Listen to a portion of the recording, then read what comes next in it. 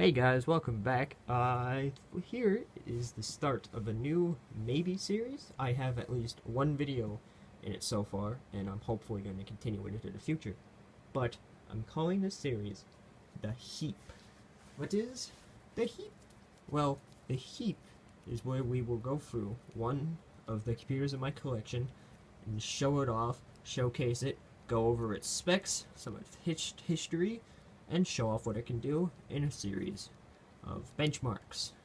So, this is the Gateway GP6-400, a Pentium 2 PC I found at a garage sale for $5. As you can see, or as you probably can't see, I don't know, this preview looks a little dark, but Pentium 2 sticker, Windows 98, also compatible with NT4. And in the front, we also have a DVD-ROM drive I pulled out of a PowerMac G4, a 1.44 megabyte high-density 3.5-inch floppy disk drive, and a CD-ROM drive. And as for the bottom of the computer, here's the model number, I believe, GP6-400, and there's that good old Gateway logo. Now, starting at the top, we have a power supply of, I don't know how much wattage this is, but I'm pretty sure it's not that much. Some information sticker, and we can move it down.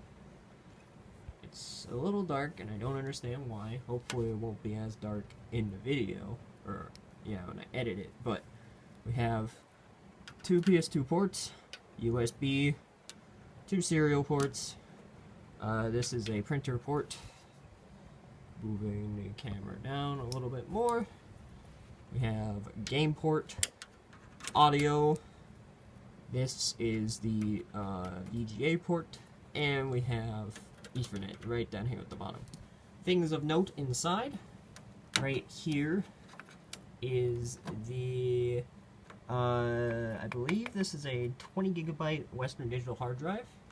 I'm not sure how well you can see that right there. Originally, oh no, it's the 40 gigabyte drive. Oops, my bad. Yes, so 40 gigabyte drive. It did not come with this originally, but I replaced it. Originally, it came with a 4.7 gigabyte quantum fireball thing. For expansion cards, this big card on the top here is actually an NVIDIA Riva TNT. So for $5, this has gotten us pretty good graphics. It's a Riva TNT with 16 megabytes of VRAM, and yes, 40 gigabyte hard drive, says in my notes. Under that, the card in the PCI slot there, that is a D-Link DFE 530TX Plus Ethernet card. It's nothing special, but it gets the job done through Ethernet. Then these fins right here are the Pentium 2. In particular, it is a Pentium 2 clocked at 480 megahertz. Somewhere buried under here is the RAM, and currently we have 638 megabytes installed. If we move the camera up, you can see it turns out that this is a 200 watt power supply by Aztec. I have no idea who that is. Here's our CD drive, and here is our DVD drive. If I were to take it out, there would be an Apple logo on it, because this is from a PowerMac. As you can see, it's a little dusty, but it's not too bad. So, that's the review of the computer, and now we're gonna get to the boot up procedure for this computer.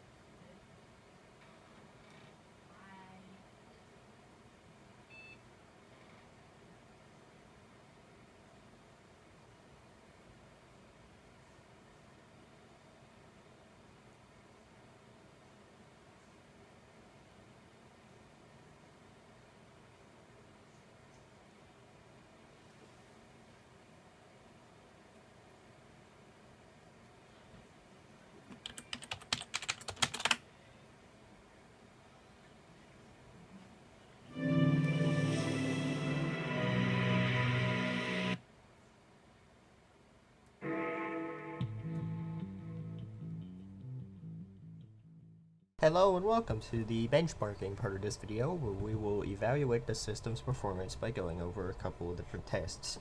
The tests chosen for this computer include Unreal Tournament 1999, Super Mario 64, Quake 3, and 3D Mark 99. Before we begin the Quake 3 segment, here is a picture of the settings that were used to run the game. It is running at 800 by 600 default color depth in full screen, with reasonably high texture detail and high geometric detail. Overall, Quake 3 runs pretty well on this machine, averaging generally between 51 to 60 FPS, never dropping too far below 20 as far as I could tell. But you can't really feel it when it drops down to 20. It's consistently pretty smooth. There are some occasional stutters, but they're not too bad. Quake 3 is a pretty easy game to run, so I'm not surprised that this computer handles it so well, but you could probably get more consistent performance by lowering the graphics settings. But as you can see, as is with the high-ish settings, Quake 3 runs really well on this machine. Next up we have Unreal Tournament 1999 from Epic Games. This is running on the Direct 3D renderer at 800 by 600, 16-bit color depth. World texture and skin detail are set to medium, and minimum desired frame rate is 28. However, before we go further into this segment, I don't understand exactly how this game's FPS counter works, so I may have misinterpreted what it means, but in general, I think these results will still be pretty surprising, because Unreal Tournament is generally harder to run than Quake 3. Unreal Tournament runs at a smooth about 30 to maybe 60 FPS, with absolutely no stuttering at the medium settings. I'm sure if you tried to crank the settings up higher, you'd start running into issues with the Riva TNT, because this game was more designed to run on the Glide API with the Voodoo cards. But in general, if you have this system, you'll have a pretty good time playing Unreal Tournament on this system with pretty reasonable details. Super Mario 64 has a lot of problems. This is a port of Super Mario 64 EX, compiled for Windows 9X by me, and as you can see in the accompanying video, the frame rate is all over the place, and there's lots of graphical problems where the textures don't render properly, there's incorrect coloring and stuff, and it gets especially bad as soon as you enter a level. As shown here, when we enter Bob-omb Battlefield, the frame rate just absolutely tanks, and it's horrible. Generally not that playable, but you may be able to fix this by updating the NVIDIA driver, because I've had this game run pretty well on this computer before, but for some reason it's just not with this current system configuration. 3D Mark 99 is the last test up for this score, where we are running at 800 by 600, 16-bit color, with Intel optimizations turned on, so I assume it's using MMX or however the Intel optimizations work. The first test runs really well, and the rest of the tests generally run pretty well, which I'll probably include them all sped up here for time, because the entire test took 6 minutes, and that's a long time. In general, we ended up with a total score of 3,456 marks, which is pretty good for this system. I've seen way worse out of other Pentium 2 systems with newer graphics cards even, so I think these scores are pretty respectable for such a system. You joined back with me live in front of the computer. I'm sure you just got finished watching all the benchmarks, and honestly, this thing performed better than I thought it would during the tests.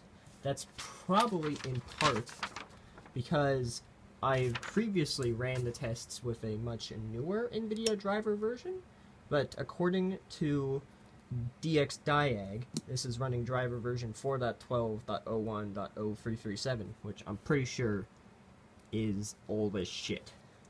So, in general, it performed pretty well.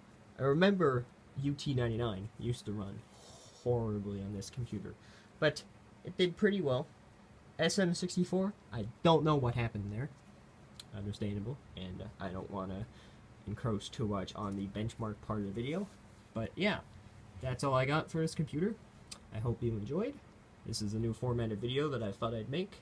Should make for some quicker videos.